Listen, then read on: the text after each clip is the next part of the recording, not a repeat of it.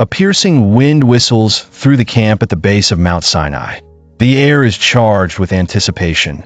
Men, women, and children, thousands of them, descendants of Jacob, stand together, their faces turned in anxious expectation toward the rugged peaks above. They have wandered from Egypt, led across the desert by Moses, and now wait for something momentous they cannot yet imagine.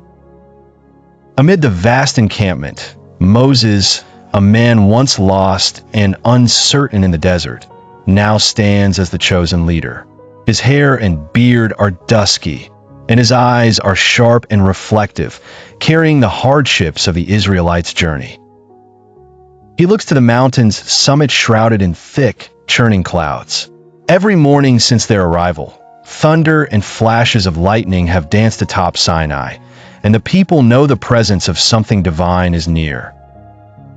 3 days of preparation have passed as Moses, following God's command, instructs the people to wash their clothes, purify themselves, and stay clear of the mountain's base. He warns sternly, none should touch the mountain, for his holy ground. Echoes of his voice ripple through the tents and prayerful murmurs, as fear and awe mingle in the stillness. On the third day, as dawn breaks and pale sunlight attempts to breach the clouded slopes, a chilling trumpet blast echoes across the desert. The sound builds, trembling the ground itself. Smoky columns rise from Sinai's peak, twisting as the whole mountain quakes. The Israelites draw back in terror, the holiness tangible and frightening in the air. Moses steadies himself and, trembling but resolute, climbs the rocky path, each step taking him closer to the summit and the unseen glory that calls him. The people watch him vanish into cloud and darkness, clutching children, shielding eyes. Atop the mountain, Moses enters a dense fog, the very air electrified with God's presence. There is no form to see, only a mighty, overwhelming voice that seems to come from everywhere and nowhere. Out of silence, the voice speaks, calm, forceful, unyielding. I am the Lord your God, who brought you out of the land of Egypt, out of the house of bondage. You shall have no other gods before me. The commandments come one by one, each carving itself into Moses' memory like inscriptions on stone. The words echo with the strength of thunder, yet they also possess the clarity of a summer sky. Each one is simple but profound. Honor God alone, respect life and family, live with honesty, contentment, and reverence. As the divine voice speaks these laws, Moses is struck by their weight and their beauty. He understands they are not mere rules, but a covenant, a framework for a people called to be different, to embody justice and compassion in a world often ruled by power and deception. Below, the Israelites huddle together as the air grows tense, the mountain shrouded ever deeper in fire and cloud.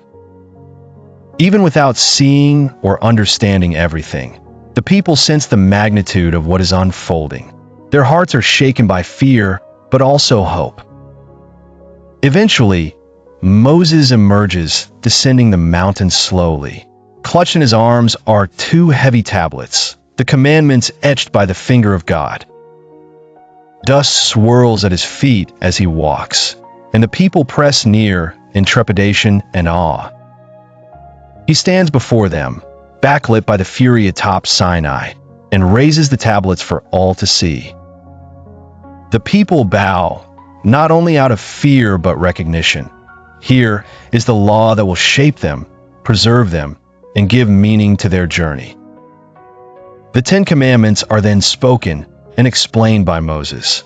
You shall not make idols, he says, warning that devotion is reserved for the invisible, all-powerful God. Honor your father and mother, spoken with gentle insistence, so that peace may dwell among them.